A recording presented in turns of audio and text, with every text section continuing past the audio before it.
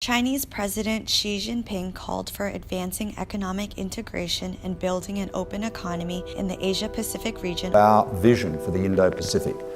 Many nations of the Indo-Pacific region, the sovereign nations of the Indo-Pacific. The destiny of the world will be deeply influenced by the course of developments in the Indo-Pacific region.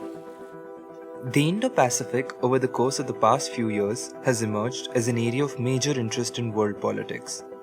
This vast region is defined as spreading from the shores of Africa to that of the Americas, comprising of the Indian Ocean, the South China Sea, and the Pacific Ocean. This region is a major global economic corridor with large amounts of energy imports and global trade shipments passing through it.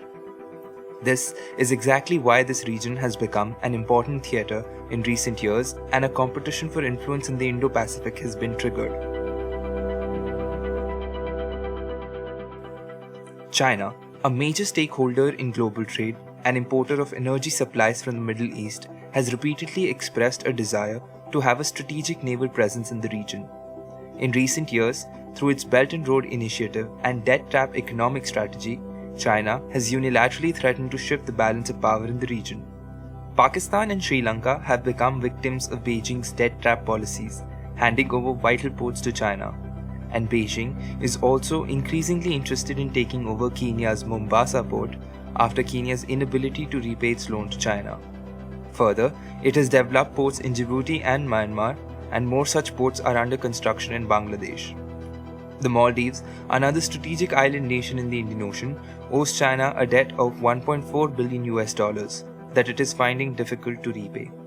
This brings us to the question about what China would gain from developing ports in the countries of this region, and why the world is concerned about not letting it establish a foothold in the region. The answer is simple. It is because these islands and ports are very important from a strategic viewpoint.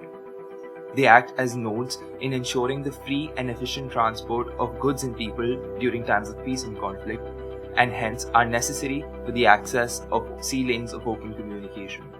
Further, these island nations act as important choke points in naval transportation and are a vital basis from where nations can tackle piracy and terrorism in the open seas. Whichever country can establish itself as the dominant power in the region can enjoy huge benefits in world politics, as it would be interested with ensuring security in the zone.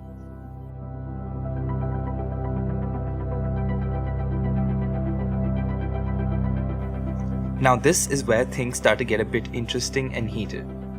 India is situated at the head of the Indian Ocean and sees the Indian Ocean region as its backyard. Traditionally as well, India enjoyed an unchallenged dominance in the region, but there has been a shift in balance of power with the recent Chinese developments. At the Shangri-La Dialogue in Singapore in 2018, Prime Minister Narendra Modi spoke about India's Indo-Pacific vision, highlighting India's focus on creating a free, open, and inclusive region which enables progress and prosperity for its stakeholders. China's expansionist policies, it feels, goes against the ethos of this vision. Thus, India has stepped up its efforts to counter Chinese presence in this zone.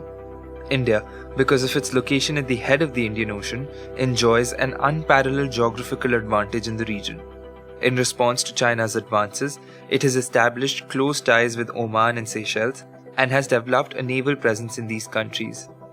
The strengthening of ties with other members of the Quadrilateral Security Dialogue, comprising of the United States of America, Japan, Australia, and India itself, is seen as another step in cementing its position in the Indian Ocean region.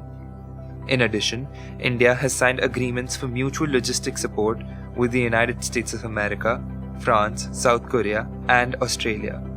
However, this tussle for influence in the Indian Ocean region is far from over. With many of the island nations becoming aware of Chinese intentions, they have once again turned towards India to provide security in the Indian Ocean region.